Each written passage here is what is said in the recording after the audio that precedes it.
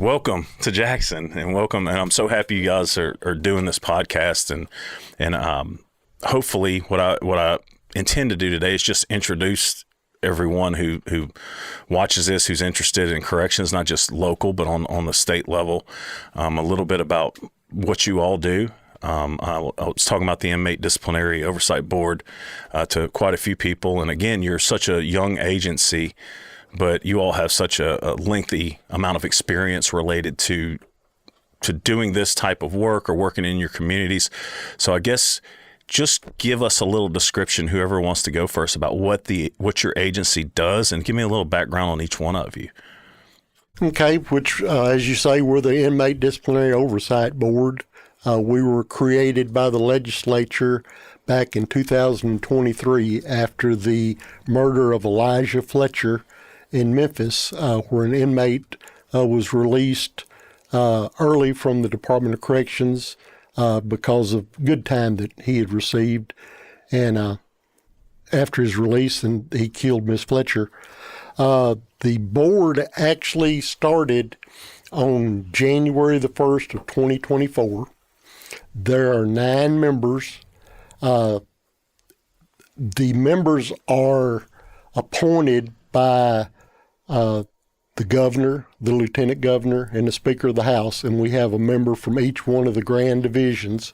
I'm actually appointed by the governor's office. My name's Jerry Vassbinder, and I'm a former sheriff from Obion County, Tennessee. I retired in 2018 from the Sheriff's Department.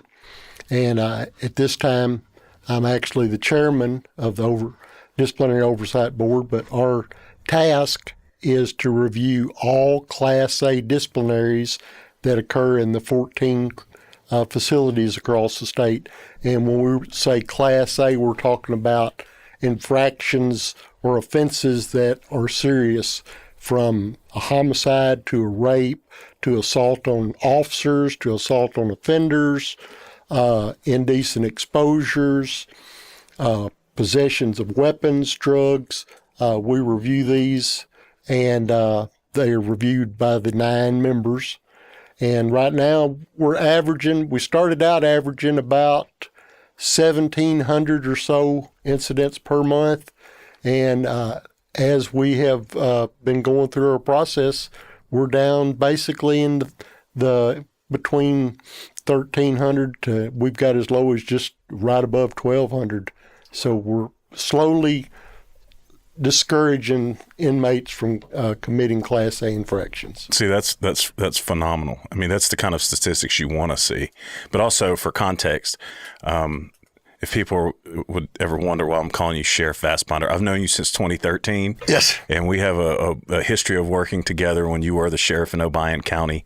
And I just want to say, I'll say Sheriff Vassbinder, because to me, you're always Sheriff Vassbinder. So I thank you for being here, and thank you for that. I do have a question, though. Yes, sir. Why is it just Class A's? I mean, because I know there's other infractions that can be or lead to serious thing. Why are they just kind of limiting you guys to just Class A's? The legislature limited it to Class A's, and also refusal to participate in programs. Like if you refuse to work, refuse to participate in an educational program. Gotcha. But they went with Class A's because they're the more serious offenses, and there is good behavior time that can be taken away from the inmates. And over the years, the legislature for Tennessee actually passed the law, sentence management law, where inmates can occur 6 good days per month. And if they're really good inmates, they can get an additional bonus of 2 days. So that's 8 days for just good behavior. If they attend classes, any type of instructional program, they can also get 6 good days plus 2 bonus days. So they can get up to 16 good days per month. And that the good days are like dangling carrot that gets your release date where you can be released a little earlier. But it also is something where if you act up, that's something that can be taken away from you. So they concentrated just on the Class A's, but there are also B's and C's. And we look at some infractions for instance, an assault on a offender, it can be either an A or a B. And it's just like basically being out in the public on the street. You can have a misdemeanor assault or a felony assault. Right, a shoving contest versus trading punches. Yes, sir. Yes, sir. No, that's interesting. I've learned just a lot in this first couple minutes, like a couple of little things that I did not know about you all. So that's great news. So we'll go to the next person and see what you have to. Thank you for having me, Will. Absolutely. Appreciate yes, it. sir. I'm Lee Frank, and I'm from East Tennessee. I'm from the Clinton area. And I guess you would call me the layman of the group. I'm a small business owner. I was appointed by Lieutenant Governor McNally. He wanted me to put me on here to make sure to keep these other folks in check. There's some ruffians on there for sure. That's what I was. That's what I was put on for. I'm just kidding. I really, when he asked me to do this, I always thought that corrections is fascinating to me. It's I say this, and not just when I'm in front of corrections folks. I'll say this to average people. I can't think of a harder job in the world than working in a prison or jail. Usually bad PR. Media is not, you don't have a lot of glowing shows. You know, it's not like television shows where doctors are heroes and cops are heroes. I mean, the people that actually have to guard, that take care of the prisons and the jails, it's just a horribly hard job. And we were brought in to, when I talked to the senator, he's lieutenant governor, when I talked to him, he said, here's what we want. We have in place a good time, which, like Jerry said, if you're really good, what is it, 16 days? Mm-hmm. So it's 46 days for every 30 you serve. To reward people, we're hoping that they become rehabilitated. They realize what they've done. They learn a trade. They learn skill, get their GED or degree or whatever. But the ones that are causing the problems that we want, they need to serve their full time, and that was not happening. You would have it, the Cleotis case. I guess he got, what did he get out 4 years early? Close to 4 years. And the thought process is if he wouldn't have been out, he wouldn't have been able to be there to rape and kill that lady.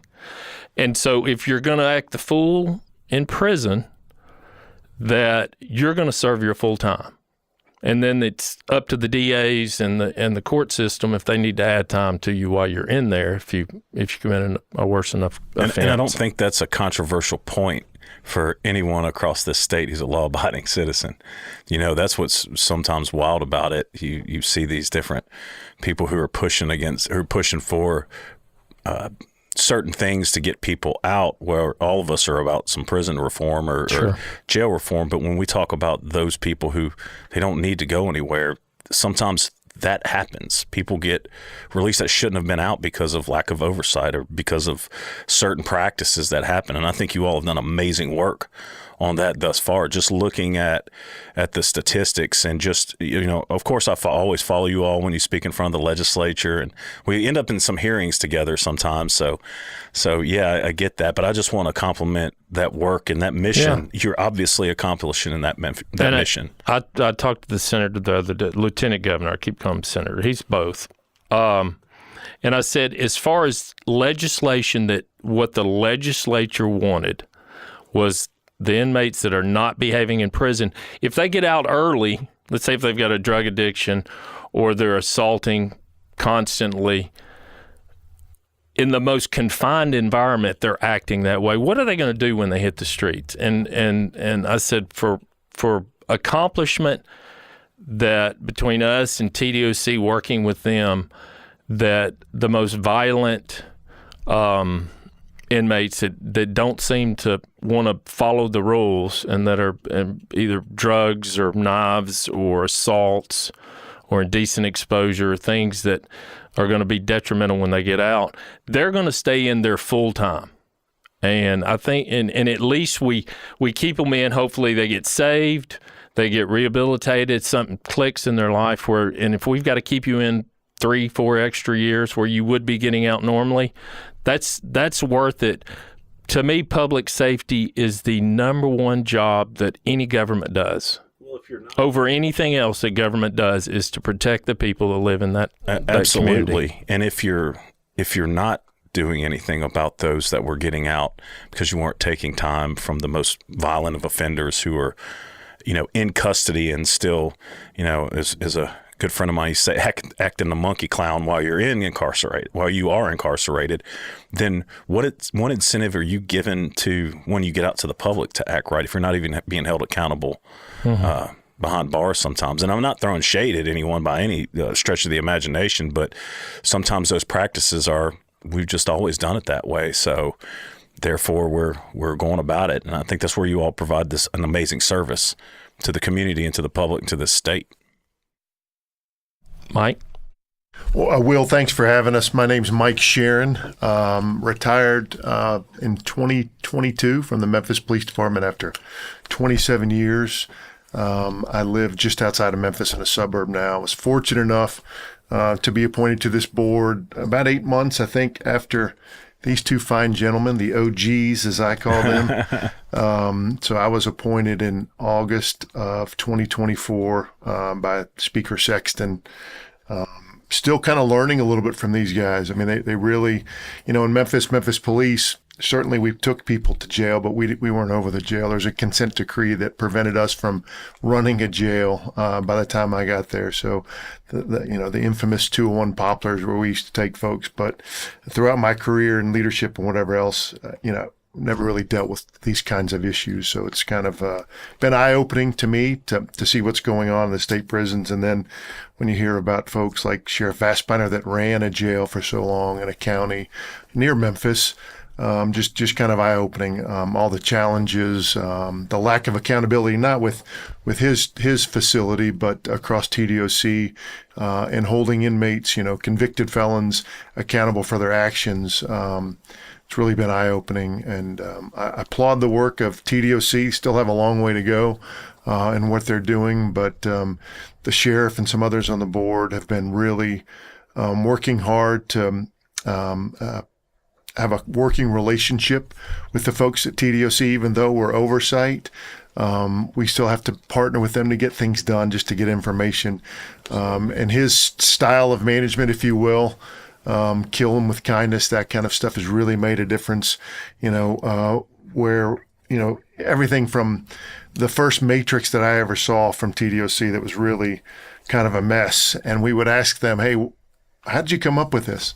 And we couldn't get those answers. So he would gently nudge them until they finally got rid of that matrix and got one that makes more sense, that's easier for their folks to apply, that I think people like me and the layman here, Mr. Frank, believe puts a little bit more teeth in the policy as far as holding these folks accountable. So grateful for the opportunity to be here, thankful that you had us, and looking forward to continue the work that we're doing for the great state. Yeah, absolutely. And that's, kind of trying to encompass what you just put there. It's all about knocking down silos. Right. And so many institutions, I mean, in our state, including, nationwide, but in our state, you get in your silo and no one gets in. And right. You have to protect sometimes it. It is just about over time, and the larger the silo, the harder it is to open up your doors and allow the grain to spill out, and let's find better, faster, more appropriate solutions. And I think you all have done an amazing job at breaking down a silo. Yes, sir. I was going to say this. I was thinking about he was talking about the first matrix, and we talked to officer the other day at one of the prisons. How it started, the matrix before we came was, and it just goes to human nature, it was your first Class A offense. It was 0 to 9, Jerry? And then it was 0 to 12, and it was 0 to 15 for the third. And for anyone like 0 months, who's a layman, let's throw that out there. What does the matrix? What did the matrix tell you? Okay, if you had your first Class A, it would be 0 months to 9 months that they would take off of your good time. So you're staying 9 more months. If you had one, I guess if you had one and then you got your second, it was 0 to 12 months. And then 0 to 15 months for 3+. If you had 20, you have some inmates that have Class A's once a week. And so they've got 25 Class A. And I asked her, I said, would you say when it was the 0 and it was just the path of least resistance for the disciplinary boards, when you're looking at an inmate, it's a lot easier to take a 0 than it is to say you're going to stay in here an extra 12 months and you're face to face. I mean, it's just human nature that you're putting that out there to those folks.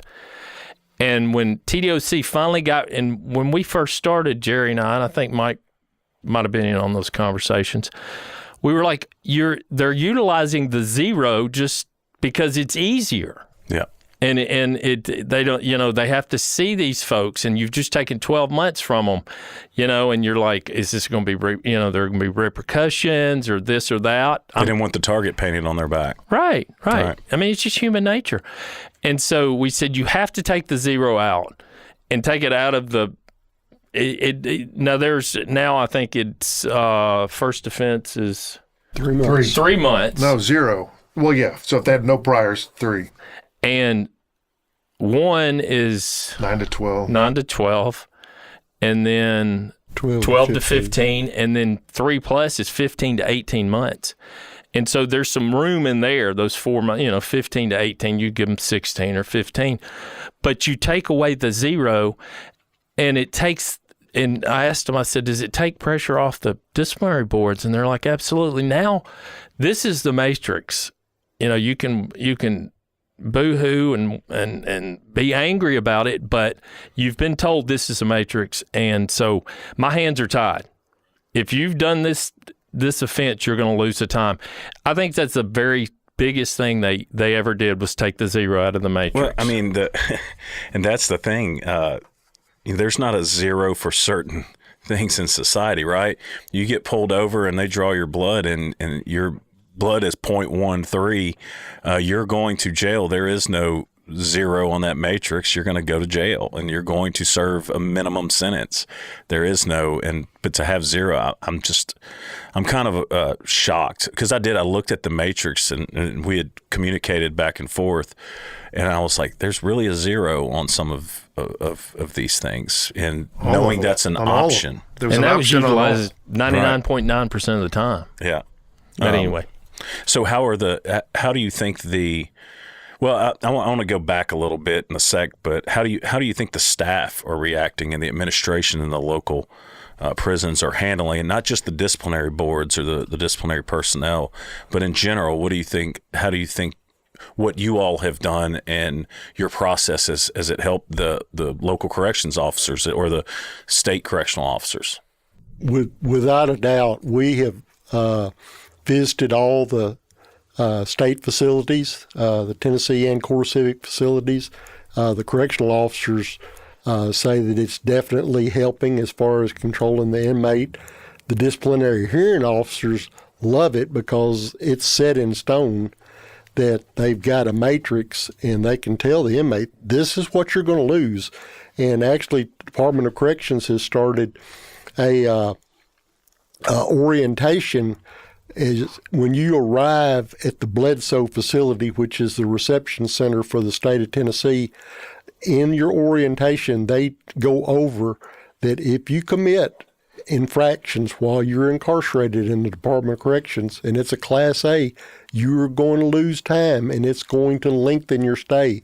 Because if there are people, for instance, that are doing a 10-year sentence at 30%, that once they've done 30%, they're eligible to be heard for parole or probation. Well, if they start acting and causing a Class A infraction, assault on another offender, or even assault on a staff member, and they're violated, then that moves their release date backwards. But we've had a really great working relationship with the Department of Corrections on working through this. One thing that helped before we ever even got completely started, is Commissioner Strada reevaluated a lot of the incidents and bumped them up to Class A's before we even started meeting.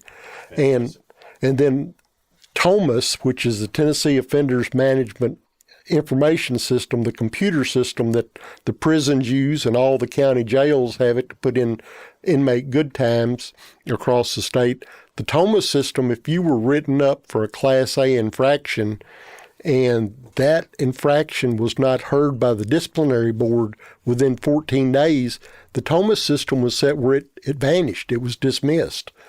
Well, when you had the bigger prisons, say your Whiteville, which is a TCA, or excuse me, a core civic prison, they would get a backlog, and a lot of these would just go off, so the incident was never heard.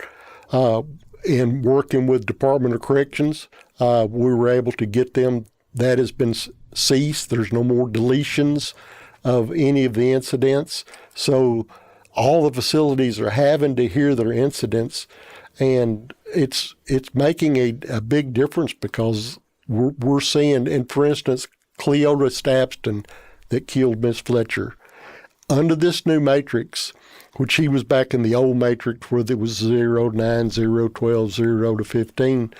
But under this new matrix, he would have flattened his sentence out. He would have done every day, day for day. So we're seeing that the officers across the state are liking it. And actually, we've even asked, is it causing you any problem with the offenders? Are the offenders wanting to backlash on you because they're losing more? And overall, most of them say, hey, I show them this is what you're going to lose. And they say, well, we understand. Yeah, the inmates understand the new matrix and understand a little bit more about the board. But I think to answer your question, piggyback off what he said, we visited a couple prisons last week, and we asked them that, are we making a difference? Is the new matrix helping? What are you guys seeing? What trends? And I think both of the prisons said that the impact was positive. One of the folks even told us that, that the staff believes that TDOC and the disciplinary folks now have their back more, because the cases aren't automatically being dismissed after 14 days. I mean, he talked about that, but I think that's really huge, because we see things, as lay people or people that didn't work in jails. I know he was a sheriff, but as a former cop, we see things and just say, what do you mean they just go away? How does that make sense? Well, they have rights. Well, everyone has rights, but what do you mean? You continue it just like you do with a court case, just like a police officer who has, a disciplinary issue. We didn't just say, you're the chief or the supervisor didn't hold this hearing in time, so it's just going to go away. No, that didn't make sense. So that's a huge win. But we're seeing, like he talked about, the numbers are going down. We certainly hope it's making a difference. We're going to keep looking at that, trying to analyze our data and the things we see. But as he said, we've visited all but one. We still have the Mark Luttrell Reception Center in Shelby County, but we have visited all those in the last year or so. And we'll continue to do that, because TDOC has been good about giving us access. It was a little slow in the beginning to the D-board sergeants, to people that are doing the work, but it's gotten much, much better in the last 6 months, year.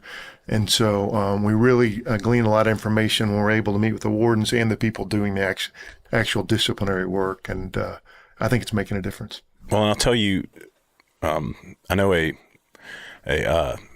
supervisor, and I'm just going to leave it there at one of the prisons in the state, and he reported that it has boosted morale of the officers, the fact that there is some accountability, and they don't believe anyone was intentionally trying to throw accountability away. It was just kind of how the process the way it worked. You said it's the way we've always done it, right? Well, it didn't make sense to just automatically do away with that at 14 days. Why do you do that? Well, that's the way we've always done it.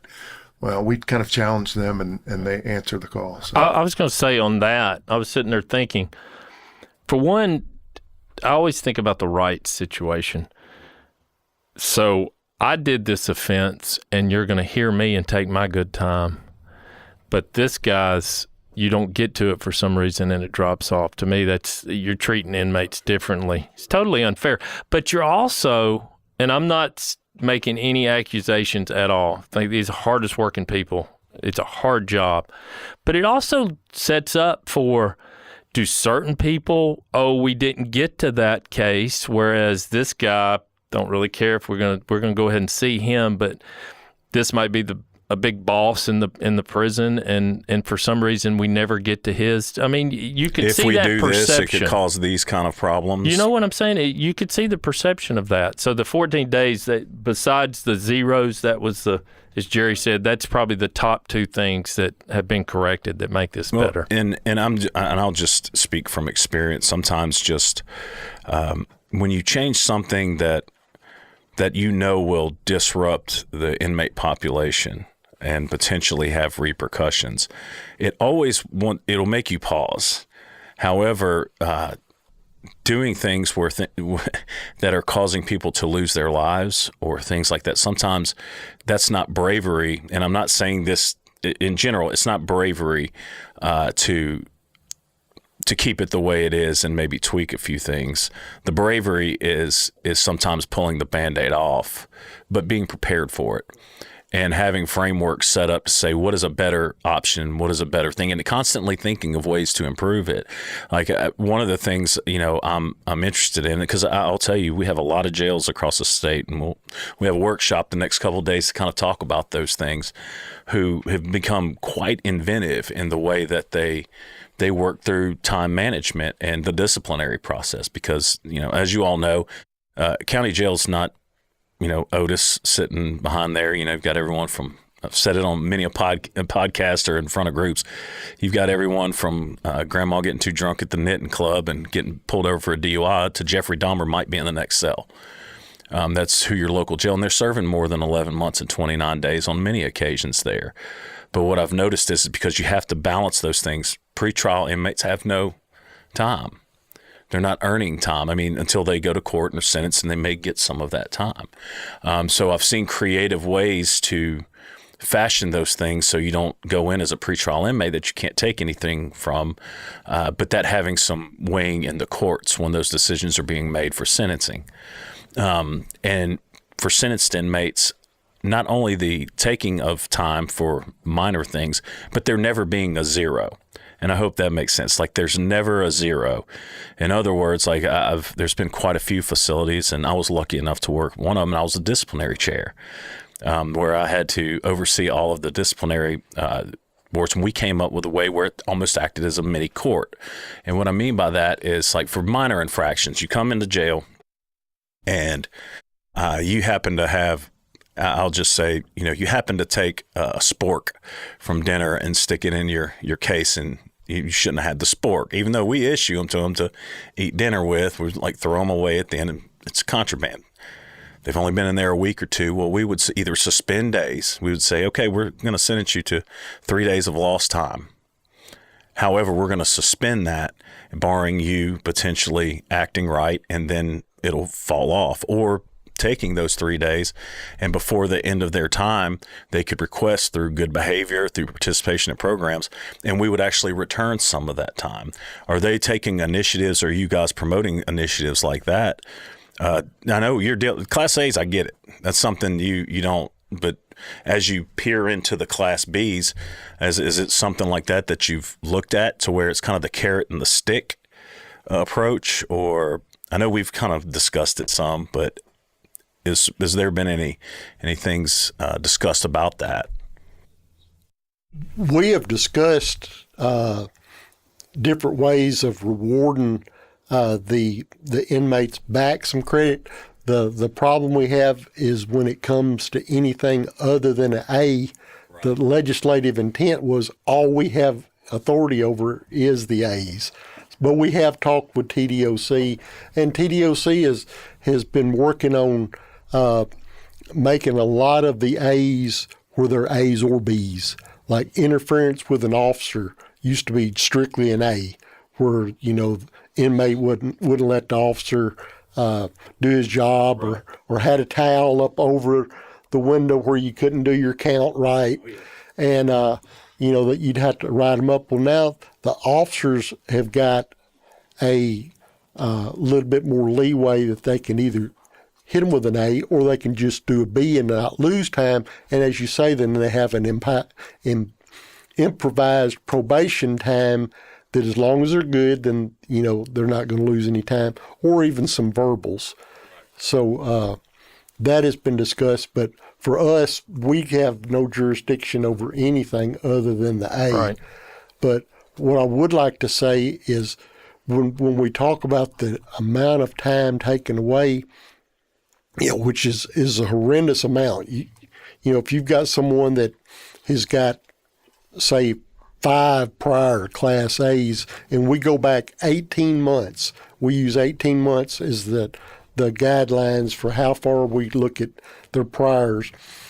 When you're losing 18 months, you can only gain 156 good days, and that's good days of good behavior, program work, and even 60 days of like getting your GED. So you can get 156 days maximum a year. It sounds like that we're just taking all these days away from a lot of inmates. Well, if you think about it, there's over 23,000 inmates in the Department of Corrections, and we're dealing with, and we don't have an exact percentile because some prisons have more gang-related inmates than others, so they have more problems than other prisons. But roughly out of the 23,000, we're somewhere in the 20% range of that's the ones that are causing the problems, because there are prisoners, inmates that go to prison. They go through, like, for instance, Turney Center. You can learn 27 different trades at Turney Center, and they can come out with HVAC certification, welding certification. So the whole idea of Department of Corrections is trying to reduce recidivism, and that's going through, but you do still have your troublemakers. And you've seen that from your past experience of running a county jail, that you have some people that just are going to cause problems, and some just, I want to do my time and go home. The old can't get rights. I mean, you're just going to have them. And, we were talking about it in the sidebar earlier that, a lot of this either, acute intoxication through drugs or improvised alcohol, and mental health is really a driver, a lot of those things inside of those institutions. However, I think, taking an approach at attacking those still doesn't excuse the behavior for because regardless, an inmate can be a victim to another inmate. I mean, and sometimes, and that's where you guys come in and provide that balance, which I do want to ask this question. If they don't believe, if an inmate, let's say you pulled 6 months time, right? Or that was the decision. Is there an appeal, like to appeal the decision, or do you guys investigate it? I know the answer to it, but I want to know a little more about it. Yeah, I mean, you're talking about our decisions if we take away time, yeah. Or if the facility, like their disciplinary board. Well, they would appeal that to the warden. We would have nothing to do with that. But if they appeal our decision, they're given a form, they're given paperwork that says that, this was reviewed on such date, signed by our chairman, our executive director, and then they can file an appeal. They have a certain 2 weeks, I think, is the deadline to turn that in. And then we have an appeal committee that will convene every, a couple times every month to look those over. It's rare that an appeal is granted. The appeal board is right here. All three of us make up that appeal board. So I kind of chair that for the chairman. But we look at it. We all three review it separately, and then we come together virtually to discuss it. It is rare, but there have been times when we have granted appeals.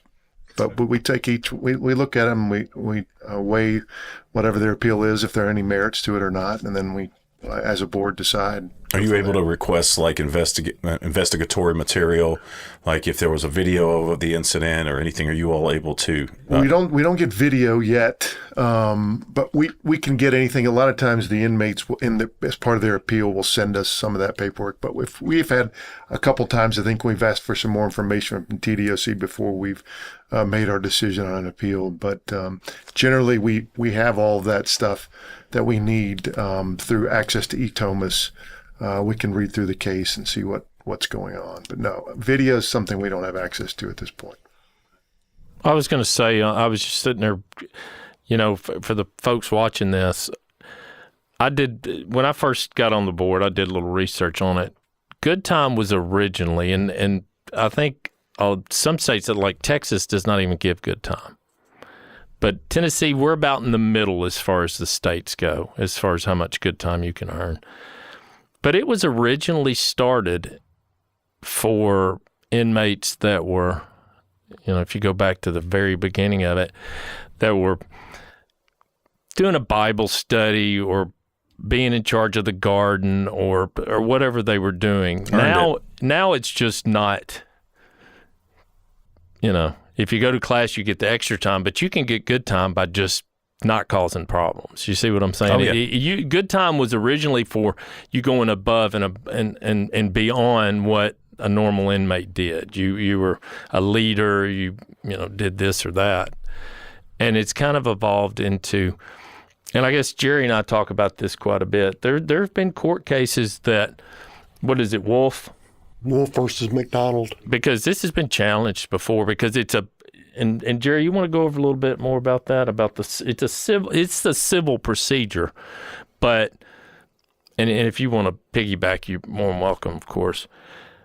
But once you open the door, a state opens the door to good time, then there are certain rights that the inmate has, due process and different things like that. Jerry, you got anything on that? Yeah, which Wolf versus McDonald was a Supreme Court case over good time and losing good time. And y'all at TCI teach that in your training. But, overall, our process is a civil action. So we're just looking to basically tilt the scale. We're not a judge and jury, so we're not going beyond reasonable doubt. But the courts have said that they have so much time to actually have the hearing that they can have witnesses if they want to, or even an inmate can just waive all that. If an inmate waives his right for the appeal or for a hearing, then he waives his right for an appeal. He instead of having to have 3 people on the D board listen to it, the D board chairman can go by the matrix and just issue, if he was supposed to be in the 9 through the 12 range, if the person pled guilty, the disciplinary hearing officer may go with the lower end of the range and just do the 9 months on it. But we look at all of that, and we even, as Mike said, we have a date line that you're supposed to file on appeals. We found out where now Department of Corrections, all of your mail now is being scanned and going into a tablet. We mail out all of our appeals records if we take time away from an inmate. Well, it was being scanned into the tablet. Well, with the tablet, they couldn't file the appeal because they've got a copy of it there, but they can't do anything. So TDOC was able to change that pretty quickly and put the appeal forms in the library. So we've been given leeway. We've been going 30 days or so. If they send in a appeal, we've looked at it, and as Mike says, we've granted some back, and then a lot of them we uphold it, and some of them are just, we get letters basically just saying, they're lying on me. Yeah. A lot of jailhouse or lawyers in these prisons, it appears, because some of them like to talk to us about due process and everything. And I was not aware of what you were talking about as far as the tablet. Does that have to do with the drugs coming in the mail? Yes. And just for the folks out there, drugs coming into prisons is like a national pastime for inmates and many of their families, it seems like, and people, however they get there, because it's just, you close this and then this is used. They're using drones now to fly drugs over and drop them off. And anyway, I guess that's what that's for, is they use fentanyl on actual paper has been the biggest. I mean, we've had officers and even local jails that have had overdoses and had to be Narcaned from touching items coming through the mail. And you'll have people argue. I mean, why are you arguing? It's like arguing for voter ID. why are we even having this argument? You know, I mean, we know of cases where people are getting overdosed. Why, you know, but you see a lot of, I mean, I'm not trying to argue one way or another on that, but to me, it's just common sense that if they're getting drugs in, I mean, we had Suboxone coming in before that, on, you know, and Ecstasy. and male ecstasy, or, I mean, acid soaked letters. And, you know, where it's basically a hallucinogen, you know, it's, and it's happened over the years. And then finally, after enough, I mean, when things were killing people on contact, the fentanyl thing kind of brought it to the table. And we've seen a lot of jails do the same, where it's all going e-content, and they scan it and they put it in, with the exception of some things that require a legal process. They will mail, you know, they'll accept those things, but it's a shame that you have to have, you know, basically wear rubber gloves just to check a piece of mail, because people choose to try to circumvent the system. And it's a concern, but I'll tell you what, the industry, and I'm not speaking just about prison, but the jails, we've always done a poor job of being proactive. Really because of what we talked about at first, or what you all were talking about at first, that we're people who work behind the bars are the least out in the public, and they're the worst at bragging about themselves. I mean, just the correctional industry in general. But we're also the worst at not being innovative and thinking of ways that we can approach these things, and really being our own champion to say, look, we could solve a lot of these things through innovation and through new ways of doing things. And but you still have the people who are like, well, we've always done it that way. Right. And we experience it with all, you know, 95 counties. At some point, doesn't matter if you have the greatest thing since a pocket on a shirt, somebody is not going to like that. Right. There's going to be one.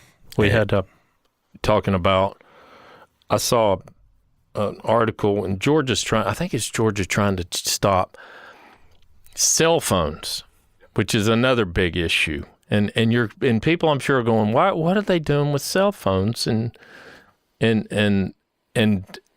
it's fascinating. And there's a market for cell phones. If there's a serious crackdown, I think sometimes the cell phones will bring in, like, was it $3,000-$4,000? $6,000, I think we've been told. And if there's a glut, then it's down. You know, it's. Supply I mean, and demand, right? A prison is like its own little city, and so they have markets moving.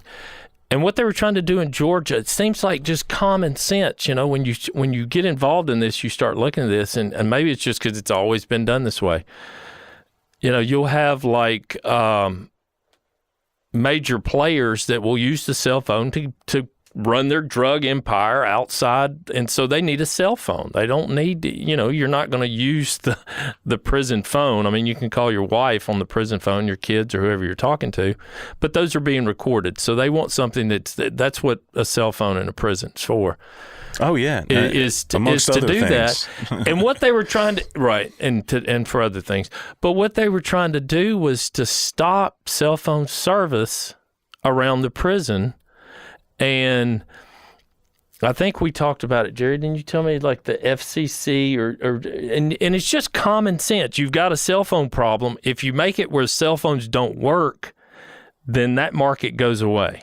They can't use cell phones, and I might ask you about it, because sometimes I think the officers will say, then my cell phone doesn't work. I mean, is there technology? I'm thinking there should be technology, maybe there is, where you have to have your cell phone typed in and it'll work, but a cell phone that's not recognized, that number's not recognized, it won't work. But it seems like simple solutions like that. There's technology, then there's ways to do it, but there's also loading up cannons to shoot gnats. Is kind of the way I approach these things. Okay. And like, I watched, have you all seen the Alabama Solution? It's a Netflix documentary. No, but I've heard about it. And the thing that is astonishing to me is the number of cell phones that people are communicating with. I mean, whether bad, good, I don't have an opinion one way or another on this, but the astonishing amount of phones that they were using to communicate. It just tells me, have we gone back to doing what we need to do as corrections professionals? And being a practitioner myself, where has the culture gone wrong that this is happening?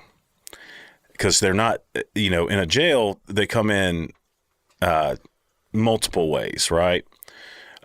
But usually in a prison system, these people aren't leaving the compound.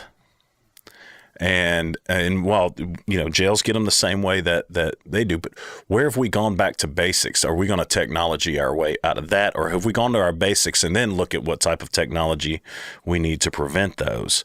Because that's really, we're talking about disrupting service. What happens if grandma's having a heart attack in the parking lot? I mean, I'm not against it. Trust me. If we can disrupt that and we ruin that, but I think we have to get back to, we ruin the market, right? We get rid of that market. If you're paying $2,000 or $3,000 for a cell phone, but why don't we hold people accountable? Why aren't more officers being charged with a crime when they catch them for introduction? Why aren't, I've got an opinion on that. I know I've seen a lot of DAs that refuse to prosecute. Mm-hmm. Right.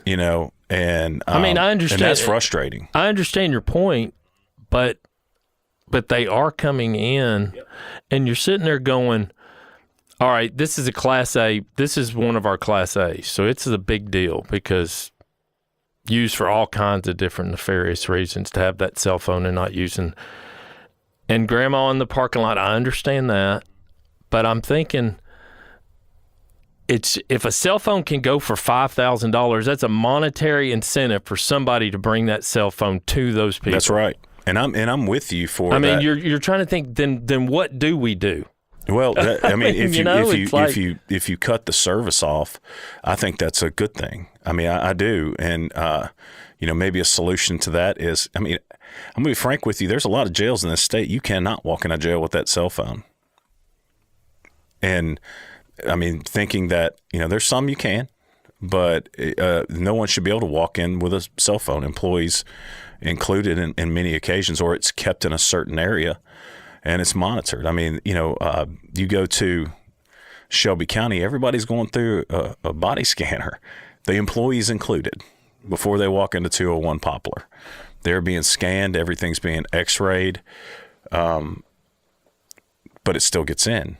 I'm not speaking specifically to one Poplar. It's any jail across, because when you're talking about people who place it in their body cavity, and we've tried to technology our way out of that, and it's still getting in. Meaning that we have body scanners that look at internally and flag things, but it's still getting in.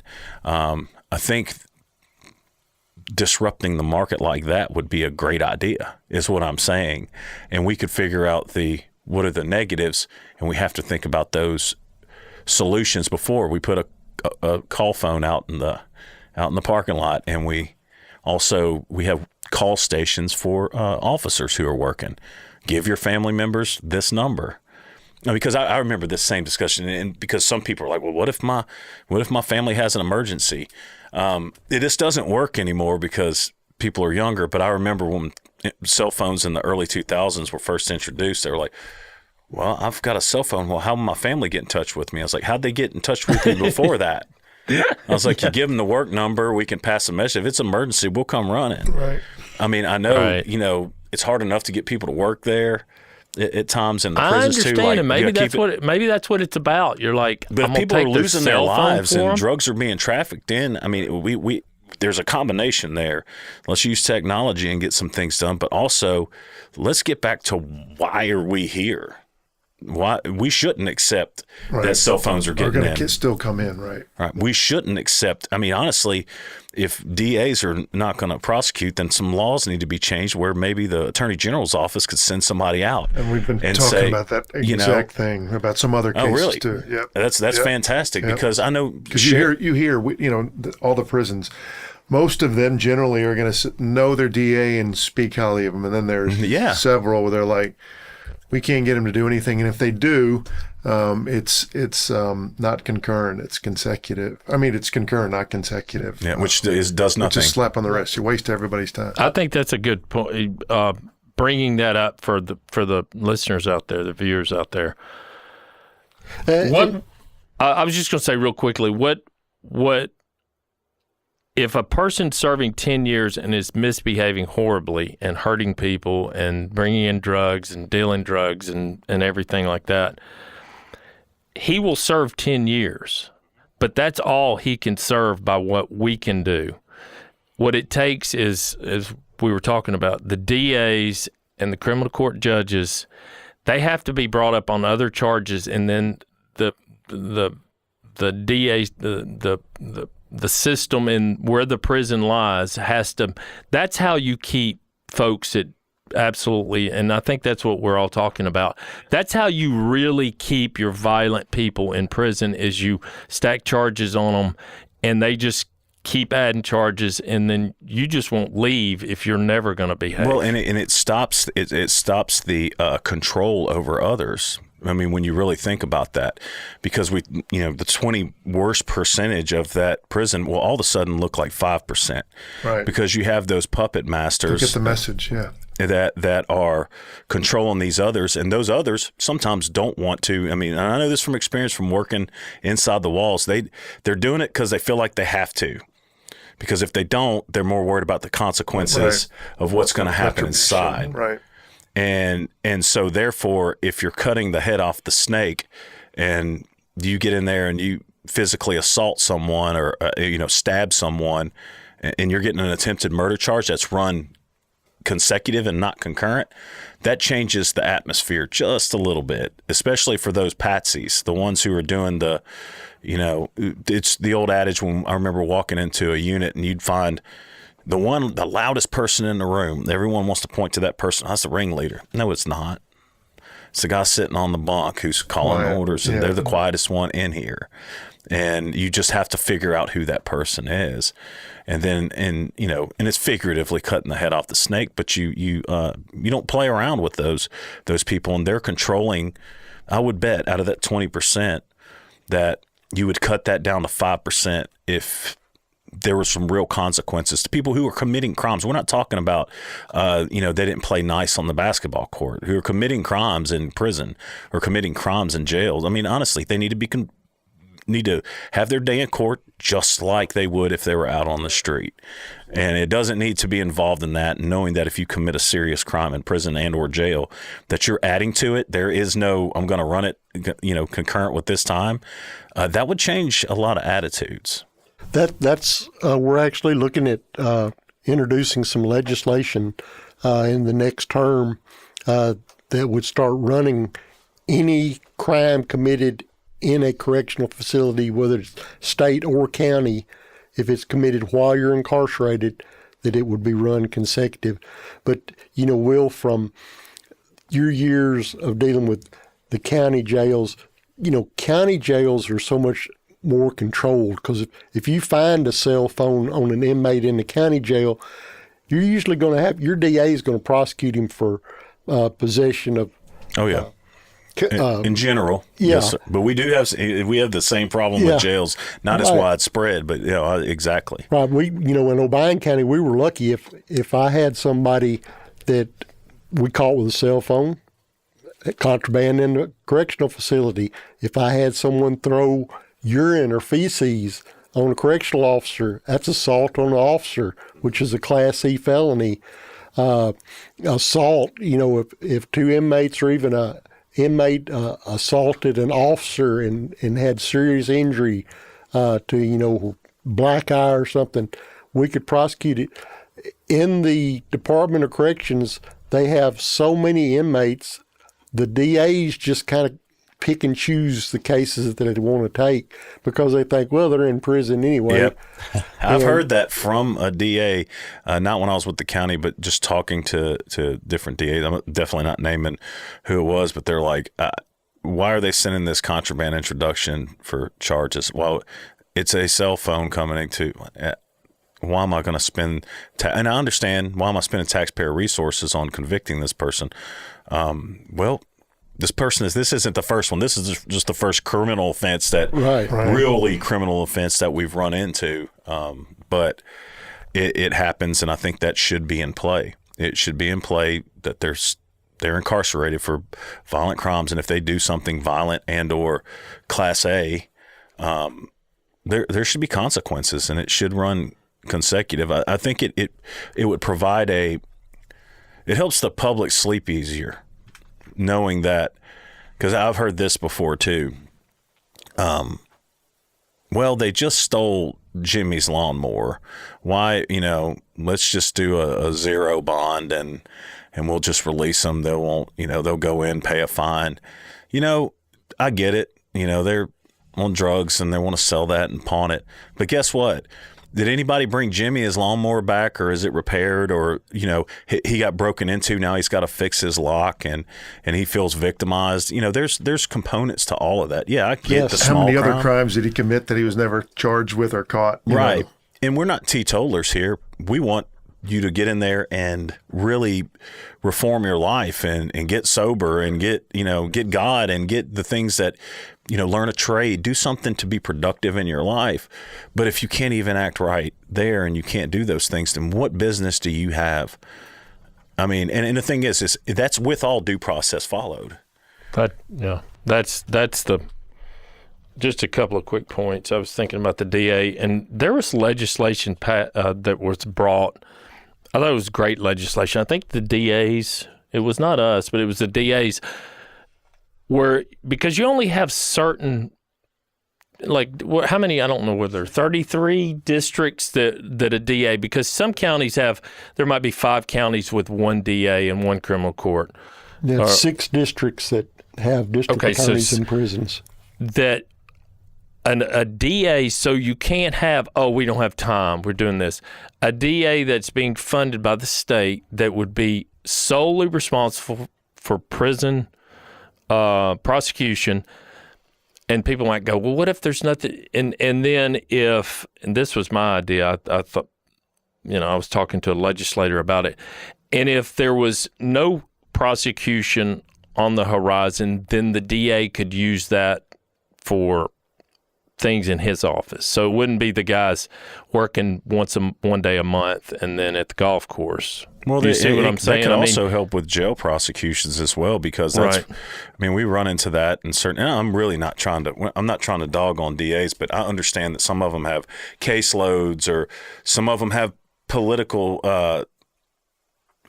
things that they lean politically towards and choose not to do those things. But that's neither here nor there. It's not helping the victims of these crimes or the people who work behind the bars or the victim that's in jail.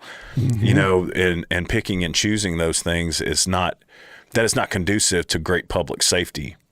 And that's unfortunate. But I do think that's a wonderful idea that, because the jails would need someone like that, especially, I would say, somebody who worked the prisons, and someone in targeted districts where nothing is getting, where the sheriff would come to the state and go, I can't get my DA to prosecute any of this crime. I had an officer assaulted and I can't get him to prosecute. I think that would be helpful. It would take legislation, because we all know jurisdictional control over those things. But I would tell you, I can't speak for the 95 sheriffs out there, but it is a complaint that I hear from them pretty consistently. And the same thing with officers and bad actors. Sometimes you catch that person who comes in with the cell phone, and they catch that person and they're like, just fire them. And there's in the correctional world, well, until July 1 of this year, there was no recourse. If they fired them, they could go over to the next county and get a job. Well, we got the law changed this year through sponsorship through Representative Lamberth, who really championed that and said, look, the post, you can do that. You can bring them in front and remove that certification from the post commission.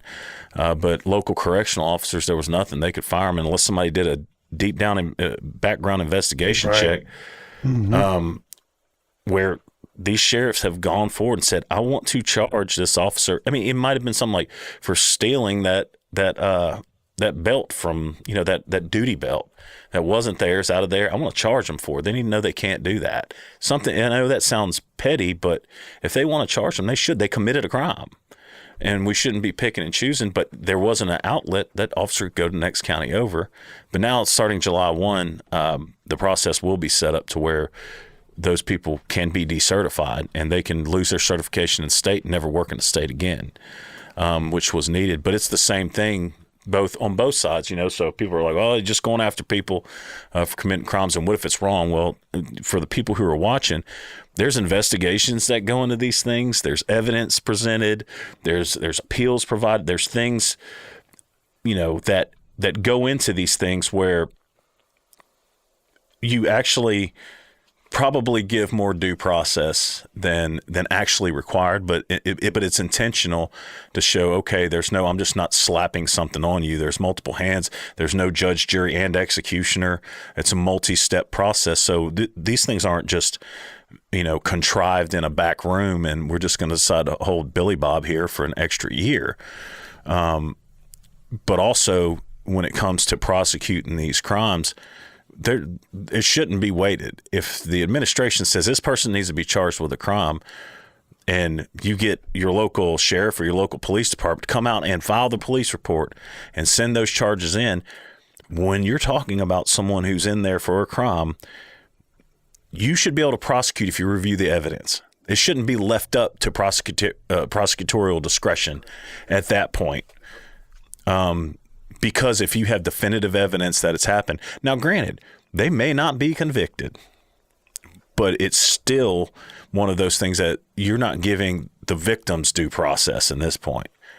I mean, and that's where our world's gotten messed up, that you're not giving whoever that victim is a voice in the matter. Right. And we actually get a quarterly report from the Department of Corrections on how many cases are referred to district attorneys from the prisons. And being a young board, like as you said, we're the youngest, I guess, in the state, we haven't had a chance yet to be able to put a ratio on how many cases are actually getting prosecuted that are sent over. But it's averaging between 400 and 500 cases per quarter out of all the 14 prisons that are being referred to district attorneys. And we do see where some of them are being prosecuted. We see it, indecent exposures. You've got people that constantly are exposing themselves in the prison, and a lot of the district attorneys are prosecuting them and running them consecutive. We have some that's running them concurrent. But the state law, if you've been convicted of indecent exposure for 3 times, you're on the sexual register for the rest of your life too. A lot of the inmates don't understand that. Why does it take 3 times? That's what I'm asking. Exactly. Why does it take 3 times? Oh, that's one of those laws we didn't write. Yeah, I understand. Right. I understand. But we're looking at all that and trying to come up with different ideas to make the correctional system safer. I feel like for what the legislature has requested as far as taking the violent offenders and making sure that they have to serve every day of their sentence, we're on top of that. We are not going. I can say that the Inmate Disciplinary Oversight Board is not going to let an offender out early. We look at the time that they have occurred on good time. We look at the time that's been taken away from them, and the majority of them, if they have acted up, they're going to flatten their sentence. And nowadays with the truth in sentencing, if you've got the 100% sentence or the 85% sentence, if it's 20% or 20 years at 100%, you're going to do 20 years. The court says you're going to get out after 20 years. So we see a lot of those people acting up because they don't have anything to they lose. don't have anything to lose. But prosecuting any crimes they commit, that Right. can very Additional well. time. keep Right. them longer. Right. That's I right. think, I think it's important, we talk about the impact, and you guys, the OGs, tell me if I'm wrong, but I think in 2022, we were told that TDOC took about 2,000 days, which would be about a little over 5 years of good credit time as far as disciplinary, when they were doing disciplinary infractions. As a board in 2025, we took away over 1,000 years, just the board, not even TDOC. So the impact, what the legislature wants us to do, taking away those good credit times so those folks aren't getting out that are behaving badly, right? We're not talking about the people that are just trying to get by. We're talking about the guys that are selling dope, using drugs, stabbing people, assaulting, corrections officers or others. So Yeah, serious infractions Right. that many can be charged right. with crimes. And they weren't being charged, Right. 4 years ago, and they are being now. So it's definitely making an impact. We're making an impact.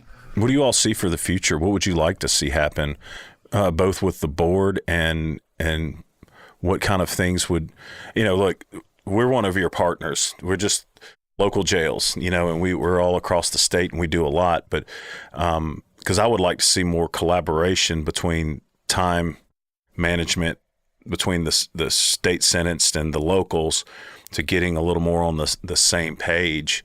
But I know that's what I would like to see. But what do you all see for the disciplinary oversight board? Well, you actually have taken the words out of my mouth, and that's what our workshop tomorrow is going to be. Is the IDOB board wants to work with TCI and establish a criteria where the county jails that are holding TDOC inmates will be held at the same standard as if they were in prison, because eventually if you've got somebody, and we'll pull the Shelby County Jail since they're such a big one. You've got someone doing a 10-year sentence at Shelby County. They may spend 3 or 4 years before there is even a bed, or they may spend the whole 10 years in Shelby County before they can get in. But if they've committed Class A's there, and say they've committed 5 or 6 Class A's, and then all of a sudden they are transferred to one of the state facilities, with those 5 or 6 Class A's were never handled in the county jail, then that's just free time that they got in the state jail. So I think that the unity of our two agencies working together to ensure uniform disciplinaries across the state is one of my biggest priorities. Absolutely, because from the locals' perspective, for years, like either you could get nothing done through Thomas or everything done through Thomas, and let's say somebody had a pushing and shoving charge. We'll just call it that, and you put it to Thomas back in the day, and it's been many, many years ago. That inmate lost 30 good time days, and we're like, whoa. Our local sentence was only, 7 days, and that's been added. But why are we having to keep this individual longer when they've cleaned up their act? There's been no problem since. There's no reason to think it. But then in the other sense too, they'd put something into Thomas and nothing had happened with it. And they're going, why haven't you released this individual? Now, I'm not saying it's TDOC's fault. That's just kind of the way it was. Miscommunication. So in jails, a lot of times, to our own fault, we weren't putting things in Thomas. Sure. We're just like, look. It wasn't worth it. We'll ride it until they tell us what to do, and then we'll report it if they act out. And not saying that was intentional by design, but that's just the way some agencies operated. And I think there has to be some continuity, which actually could help the local disciplinary process to say once they implement even a minor sentence and they're a TDOC state inmate, that you could place that infraction inside of Thomas and that there's a level of agreement. And I think that's where you all might be able to provide the bridge additionally. And that's why I asked the lower infraction thing, because a lot of lower infractions happen on the local level from TDOC inmates, but that back and forth, what's that going to, a sheriff is going to argue with the Department of Correction, where we're going to get nowhere. It was either TCI do the deliberation, which we've worked through those things, but you guys are set up perfect for something like that, to be that bridge. And I see it working in the future if that's a possibility. And so I implore all the legislature, give you guys the resources you need, because I think there's things that could really promote public safety, but also prevent those people who are stuck waiting behind walls, who've done everything they had to do, waiting on some bean counter to finish up this time calculation when everything could have happened more modern and in real time. Because I see that happen a lot too. Oh, right now, the way the sentence management team works at TDOC, if you're in a county jail and let's say you're transferred to the Department of Corrections, the county jail has to make basically a packet, a copy of all of your information, your disciplinaries, all of that. And if you've still got several years before your release date, it goes to sentence management and it ends up in a big box. They've got just boxes and boxes because they're still working on paper copies. They've just now started scanning in the information from the Department of Corrections, like Northwest Prison, West Tennessee, Whiteville, all those. They're starting to actually live scan in some of their stuff, And the new Thomas system that's coming out this fall will have everything live scanned. But the sentence management people, until you hit 120 days prior to your release, may not even look at your packet, and then they get a notification, hey, this person's going to be released in 120 days. They've got to go through that paperwork and double check and make sure that they are eligible for release. So we've been up at sentence management and actually gone through the whole process, and they'll have bankers boxes just full of backlog papers. But the commissioner has done made changes. They've hired about 10 new people. The legislature gave them money to hire some people, and they're actually going through it faster. But it was nothing to see a disciplinary that had been held 3 years ago still pending being taken out of Thomas. Wow. Because they were still, everything is paper. Well, most records management systems and jail management systems that in local jails, it's almost a real-time action from incident report to converting it to doing time calculations. There are records management systems that have built-in logarithms specifically for those time calculations, and it's real-time notifications and time changing inside of the system. Even like for the taking and sometimes providing back of time with all the justifications and everything is time stamped. And I just don't understand why we lived in that world too long, and now no one wants to let go of it. It's getting better, but they've still got a long way to go. And it's frustrating for us. It's just like you said, this day and age, how in the heck are we still so antiquated? How are they so antiquated? The new Thomas will be real time. Fantastic. The old Thomas basically is a dinosaur. The way the STS state technology people tell us, there's only about 2 people left in Nashville that even know how to work on Thomas. It's such an old, outdated system. It's originally DOS-based, wasn't it? It was, and actually, believe it or not, you're old enough that you remember the old green screen Thomas. Oh, yeah. The girls in sentence management. With the flash and underscore. Yeah, that's what they actually put the information in, is in green screen. They don't even get to use the e-Thomas. Everything goes in green screen. So that's the old DOS system, the old Thomas. Mm-hmm. That's interesting. Yeah, but the new Thomas will be up and working before the first year, and that we were told Tuesday. Tuesday we're at Bledsoe. Bledsoe will be the first facility to test it. Well, the good news is they've already coordinated with us, and props TDOC sending people to our conference and saying, look, let's coordinate because we want to help the local jails get on board, input data and things like that. It does. I hate that the local jails really didn't have any input on like what could be user friendly on our end to help expedite their process. But I get it. And, but it's not an uncommon thing amongst when I first came to TCI, and we're not talking about 25 years ago. We're talking 2013. Everything we did was still on paper and cards. Like there wasn't, besides email and somebody maybe sending a spreadsheet every now and again, our training was being reported in Word documents that were printed and mailed to us, and then we'd have to fill out a handwritten card to say if they had their in-service or basic training or new cards for that. That's why they brought me in to modernize it, because I was like, wait a second, I haven't done this since I've been in this industry and since the 90s. I was like, why are we doing this? And to show you where some of those things, and technology has really helped us bridge quite a few gaps, and maybe our collaboration can help give them some ideas and maybe help us work with Thomas to give you guys a bridge.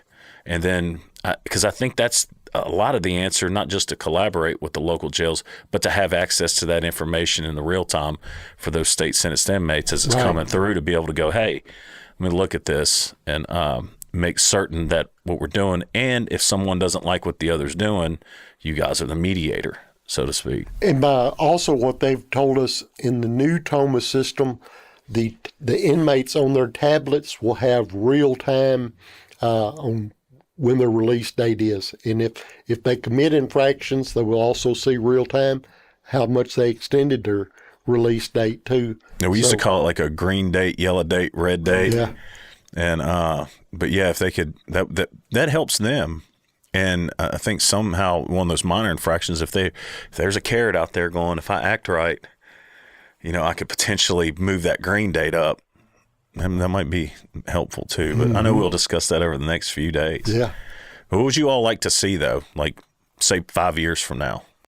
Quicker turnaround from TDOC on stuff we're having to deal with, questions. I mean, like I've said, they've gotten much, much better, but still a long way to go. I mean, for them to be truly modernized in their processes and us to have access to everything we need. I mean, it's gotten better, but, and I think, in a year or two, they could be there. Certainly the new TOMAS, the new database will be, a huge step in the right direction. I mean, you're talking about how you used to use it a million years ago, and imagine that they're still using that. That's wild. 30 years almost later. So, but sorry, I cut you off there, Mr. Frank. No. I was just kind of pondering it myself. I mean, dealing with the local jails, and just I was set in on a D board.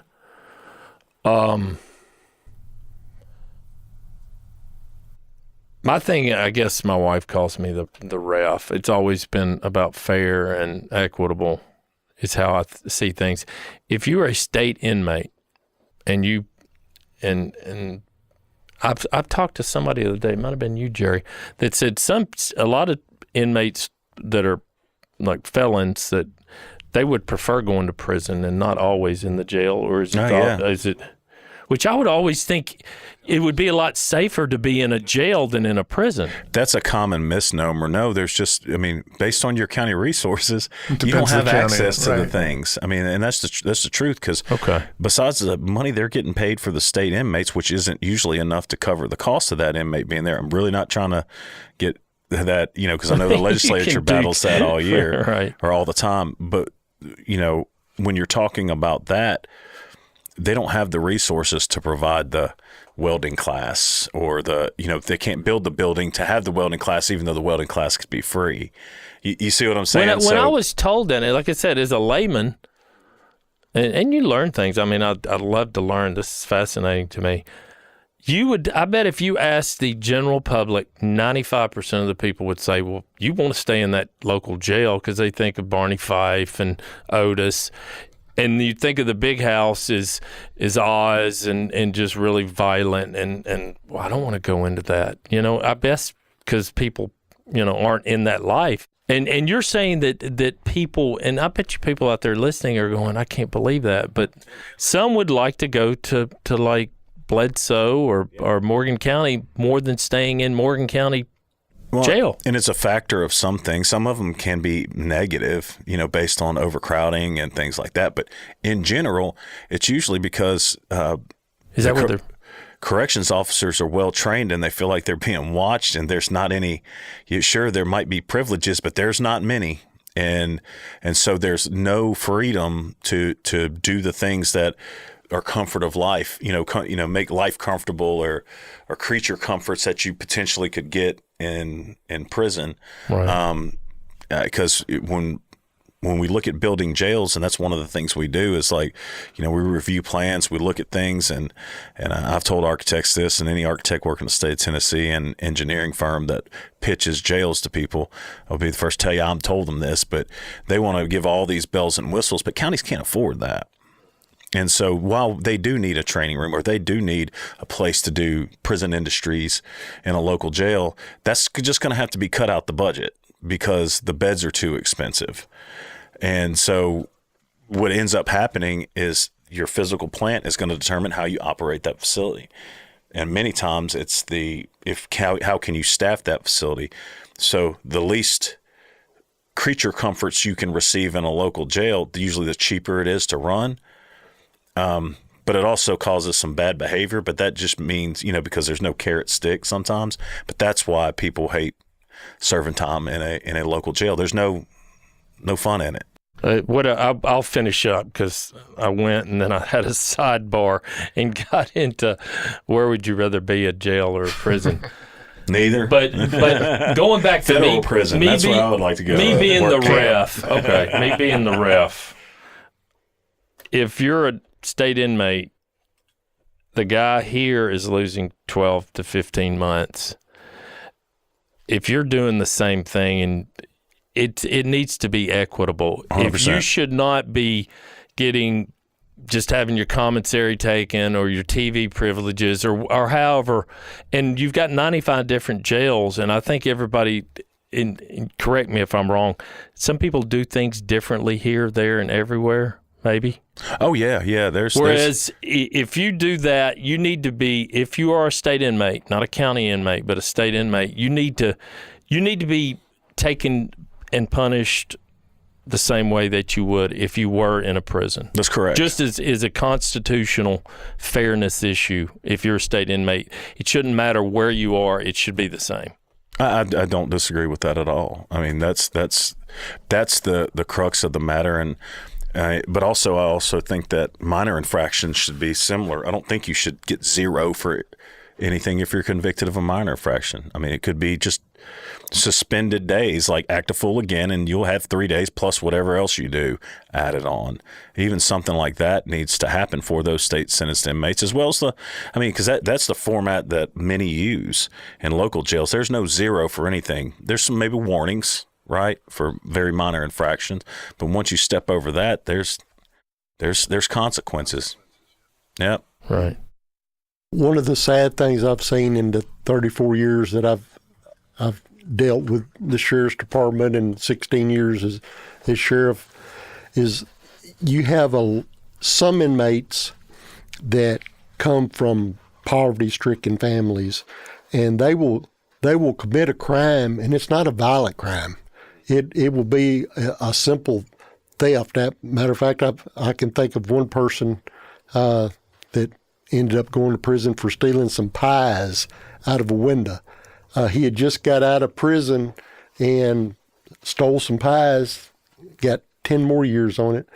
And I was talking to him, perfect inmate while he would be in the county jail. And I asked him, I said, why do you keep doing it? Because when we would put him like working, buffing floors, whatever, he would work his tail off.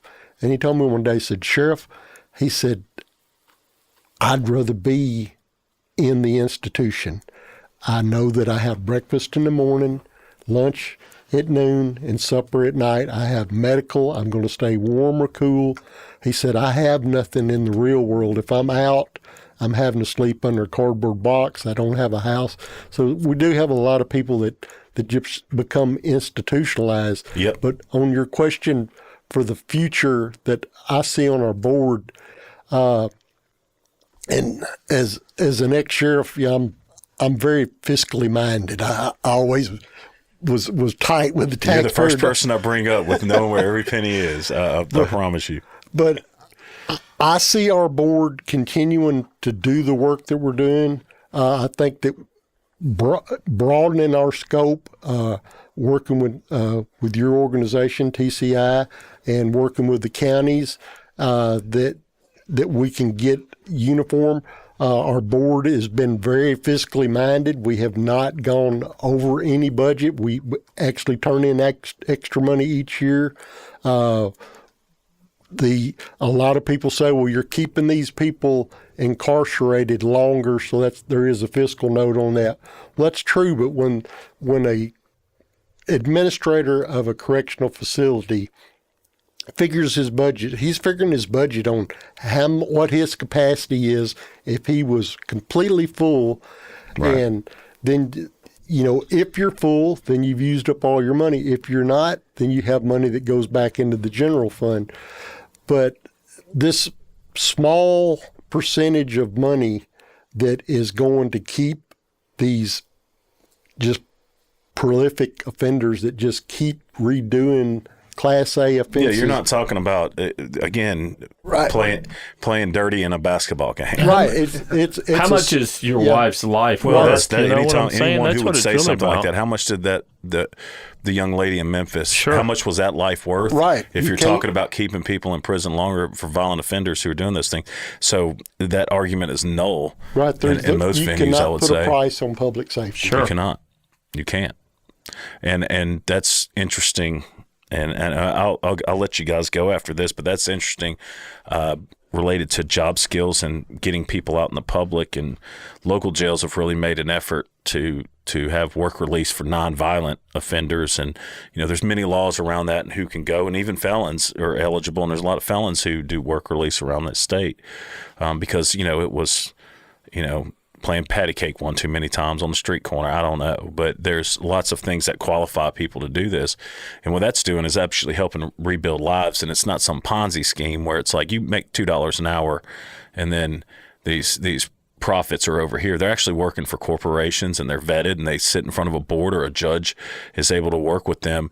And you have people who are getting out of jail who have lived that life. I'm living in a cardboard box, but now they have $30,000 that they procured a home and were able to get their driver's license back while in jail and able to get a vehicle. And all they've done was petty theft their entire life, or done things because they know they can have a roof. And there's more of those people than the really crazy people that are killing people in jails, that live that story, that don't know, that just grew up, doing those things, and they don't know how to get out of the hole. For those nonviolent offenders, we're seeing a lot of progress there, where people are watching out, that are getting skills and proof of that. And I don't know if you all have looked at the numbers. Do you realize there's not many more people in jail or prison than there was in 2012? And we're about the same in Tennessee. And I think that's an indicator that we're doing a lot of good work in the prisons and the jails in Tennessee. But what you guys are doing is covering that gap, that public safety gap that needs to be covered. It was a gap noticed by everyone. Like, how are these people getting out? But I think continuing to move that, and we're 1 million more people in the state, and we have the same population in our jails and prisons, and we're not just throwing people out on the street. Well, maybe most jurisdictions aren't, going, and no bond, no nothing. And sometimes you run into that. But in general, I think we're doing a better job of bridging these gaps and trying to keep the ones who are dangerous in. Right. And getting helping those people that need help. That's right. And rehabilitating, having the success stories.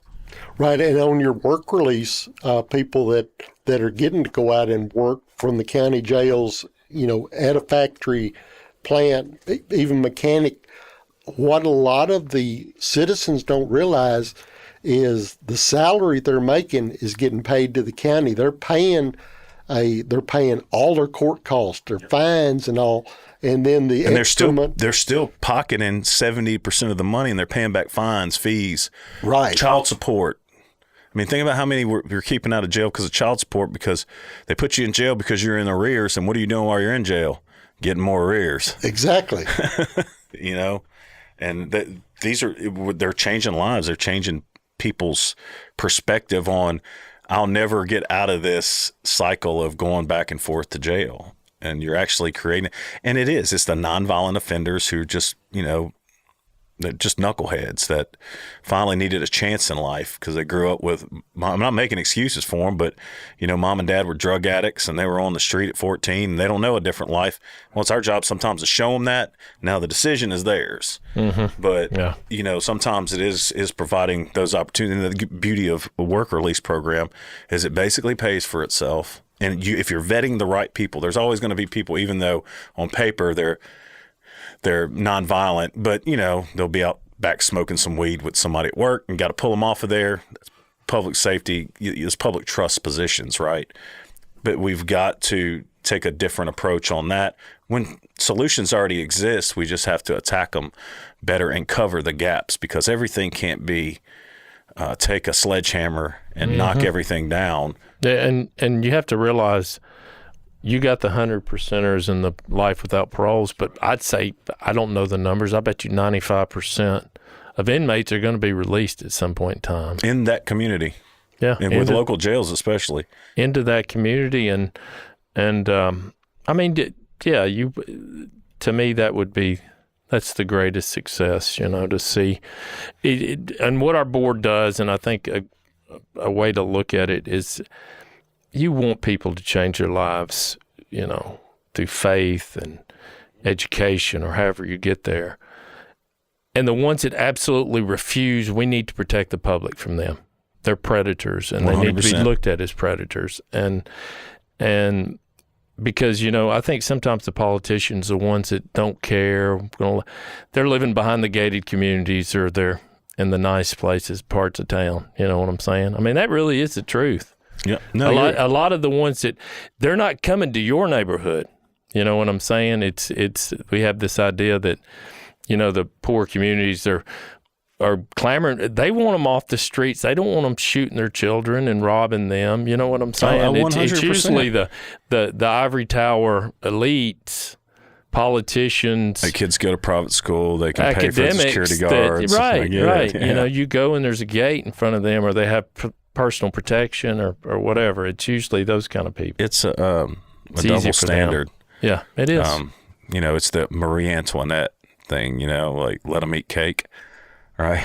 Yeah, I've got 3 bodyguards, and the rest of you slubs don't, you know, you figure it out. Yeah, no, I get it. But a lot of times that's where forums like this work, because if somebody wants to get on and argue the point, where you've got people who are faced with the things every day, and you're making decisions that ultimately are affecting people's lives, but they think those people who are antagonists to this think you're affecting the life of a person who's in prison. No, what you're doing is affecting the life of the victims who are out there going, thank God they're acting a fool in prison and they're not getting out early because of good behavior.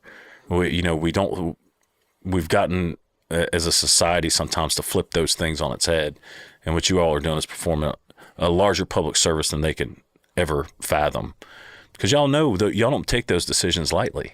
Right. And I see the deliberation that you all put into these things and look into them and say, you know what? No, you're not getting out. And we can't measure it. I told that the last thing I'll say, because Mike's going to get on to me. I promise you. My next question is, any parting? This is the parting gift. Cut his mic after and this. What we do, there's not a measurement for it. You know what there's no crystal ball saying by the inmate advisory keeping that inmate in, he was not there to rob that store and shoot that clerk. So, but we know that it's happening, right? You know, over the years, someone that would have gotten out that would have hurt someone, it's inevitable. You know what I'm saying? I mean, that's happening right now as we speak. So anyway, that's all I've got. No, that's a great point. Does anyone have any parting comments? I want to thank you all for being here today. Thanks for having us. Thank you. And I look forward to collaboration. I look forward to working through some things the next couple of days. And, you know, if you all want to do this again and talk about successes or initiatives, then hey, we're all about it, you know, and helping each other is you know, brother state entities or sister state entities, however you want to call it. We love to collaborate, work together with many state entities, and it's great having relationships. And, you know, ultimately we're all fighting the same fight, just from different angles. Amen. So, all right. Well, thank you for having us. Absolutely. Thank you, gentlemen.